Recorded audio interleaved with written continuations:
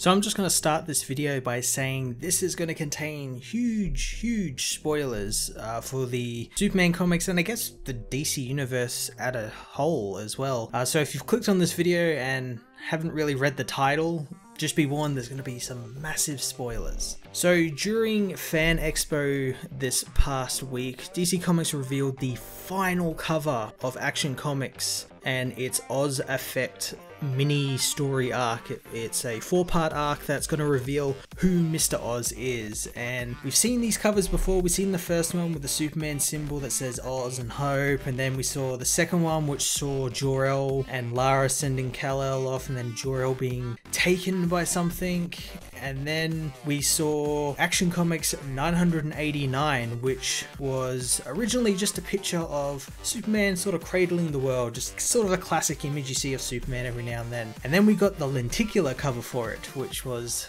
quite interesting. Lenticular cover sort of splits Superman down the middle and makes one half of him his father Jor-El, and the Earth sort of splits with Earth on one side and Krypton crumbling on the other side, and this kinda supports my theory that Jor-El is Mr. Oz. And of course, just looking at that, you think, oh, that doesn't really count on anything. They're just sort of playing that whole thing whereas Clark has a world and Jor-El didn't, that sort of thing. But I would normally agree with you, but there's some other things as well that's happened in recent Action Comics issues, such as the one where we saw Lex Luthor being confronted by Mr. Oz. Now, when we saw him being confronted by him, Mr. Oz actually shot heat vision from one of his eyes. Now, only using one beam seemed really weird to me, and a lot of people were telling me, it's probably because maybe he's a robot or he's got like some cybernetic enhancement and everything. And I was genuinely sort of okay with that, thinking, okay, maybe he does. But this cover kind of confirms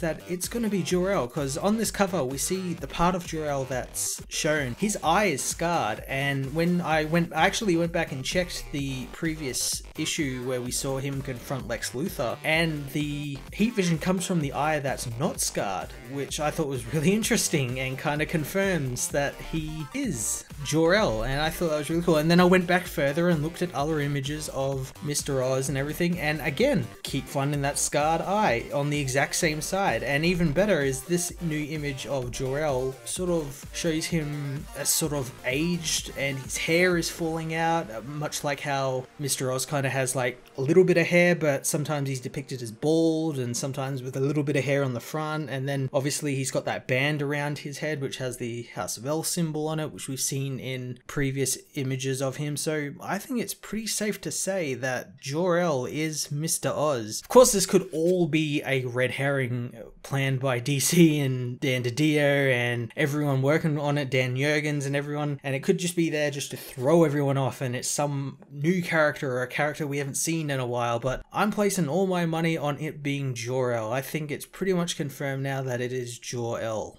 Hey everyone, thanks for watching my newest video. If you enjoyed it, you might also like to check out my other reviews here on my channel. You can also follow me on various social media platforms like Twitter by searching Matt_FOS, or even join the Comic Multiverse Discord server and chat with other comic book fans, including myself and Joel from Cape Joel. Want cheap comics and trades? Head over to the book depository with the link in the description to get the cheapest trades and comics around, along with free shipping anywhere in the world. Until next time, this has been Matt of the Fortress of Solitude. Thank you so much for watching.